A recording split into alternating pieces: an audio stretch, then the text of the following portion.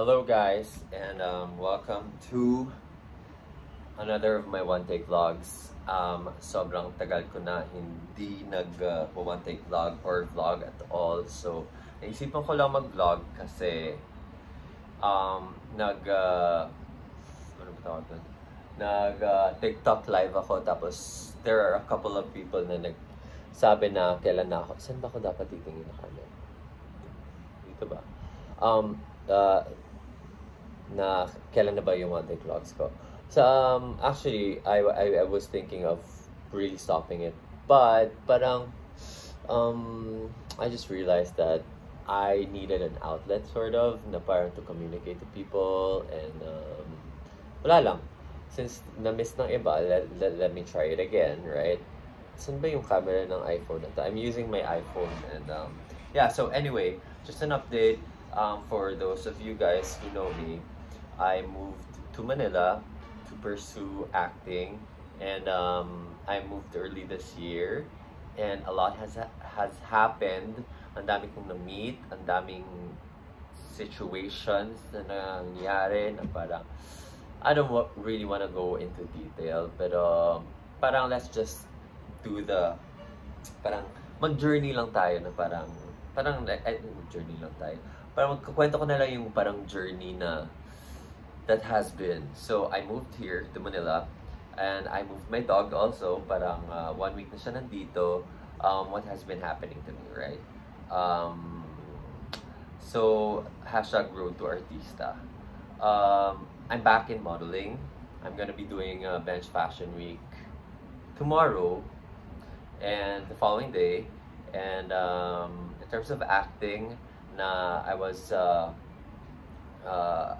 may tumutulong sa akin in the showbiz department. Ewan ko kung gusto niya i-mention yung name niya. I don't wanna say. But tinutulungan ako, and I've done a workshop, an acting workshop, kasama yung mga working artistas for me to actually, this angel person who has been helping me, guiding me in this crazy world of showbiz. Nakasama ko si Jasmine Curtis Smith, si Rocco some child star dati, tapos ngayon adults sila, and some really working actors. So I got the grasp of what the industry is. Sobrang iba kasi siya sa modeling industry. Tapos, okay, ba't ko naisipan mag showbiz?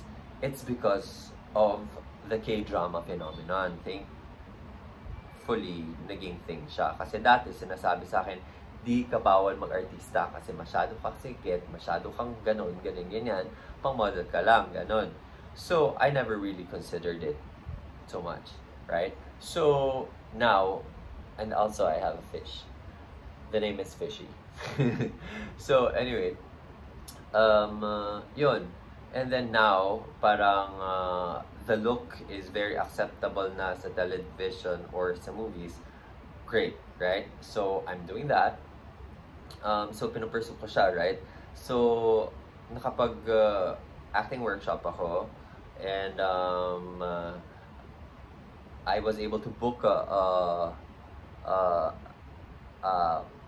ano tawag dito? A short film.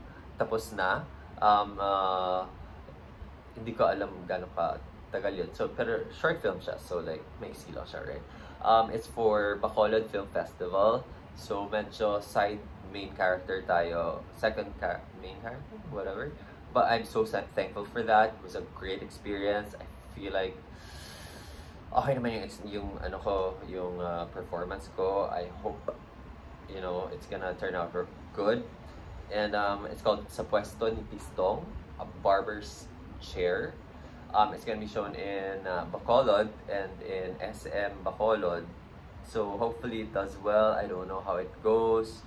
If it's gonna be submitted elsewhere, I have no idea. So kasi wala talaga akong alam sa showbiz. But I'm just I'm just grateful that I get to act, na na-realize ko na gusto ko talaga siyang gawin. And I'm really happy with the response that I've been getting from my performance. and I'm very thankful for that. And then I was able to shoot for a horror film, pero hindi naman tayo main, syempre main agad, right? I did a scene, so parang it's called Paramdam. That's the name of the movie, Paramdam. It's a horror film with RK Bagatsing and Jane Oneza. Yeah. They're really professional. They're really great actors. I was able to work with them. There's parang neighbors kami nila. So I also worked with MJ Lastimosa, who's also a good actress. And the director is none other than Direct Joey Javier Reyes. It was amazing. It was, pagdating ko dun, kasi sabi sa akin, I didn't have lines, reaction shots lang, since para magka-experience ako. Pagdating ko dun, sabi sa akin ng mga kasama ko sa scene, right? Sabi nila, na-memorize mo na ba yung lines mo? Sabi ko, hindi, reaction shots na ako dito. Sabi, hindi. Diba, you're playing Mike Guevara? Diba? So, yun yung character name ko. Sabi ko, yeah, may lines ba siya? Sabi niya, oh, ito. Parang, so ako, super low-key panic mode ako. Kasi, syempre, first movie ko yun. Movie appearance ko yun. Tapos, magmumukha akong tanga, diba? So, parang super overly memorized ako. Try na to memorize it. Alam mo yun? Pero, parang na okay naman. Kasi syempre gusto ko as natural as possible. Kasi ganun yung sabi ni Derek, be natural, be ganun. And RK Bagatsing was like so freaking natural. He was so good. So parang like I wanted to get his vibe, pero I was so rehearsed in my head. So alam mo yun, nag-uusap kami sa dinner table, and I mean that's a scene. And he was like, oh nga, hindi ko na ganun. Very, very conversational. Na parang hindi lang kami nag-shoot, na parang walang acting involved. So that was really the direction of Direct Joey. And I was like, I felt like I was delivering the lines na parang I was like acting, na parang yun nga sabi sa ano eh. Pinag-uusapan nila kung magkano yung benta ng I have no idea. I hope I did okay. At, the very least, okay. So, konti lang naman yung lines natin, mga 5, 6, I don't know. Pero, I hope it does well. And so far, so good. Medyo my road to artista, storyline is happening. And then, the modeling thing is still there. But, we get to earn money also. And, yun. That's a little bit of update. And I moved to Manila. It's been great.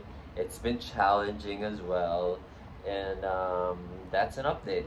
And if you have questions, feel free to ask me, and then let's go through it, and let's make cuento time or whatever.